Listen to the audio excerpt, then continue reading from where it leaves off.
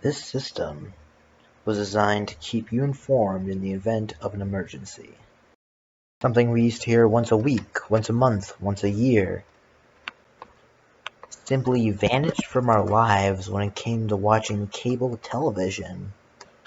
There can only be one explanation: that the emergency alert system is not being well maintained in New York City.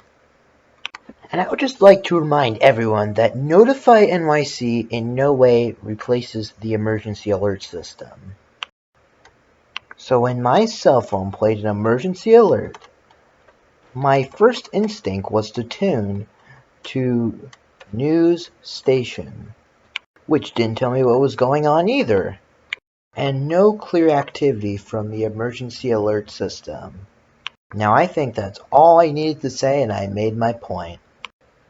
If you have a friend that is in New York City, share this video to them. And tell Bill de Blasio to get the cable television emergency alert system up and running.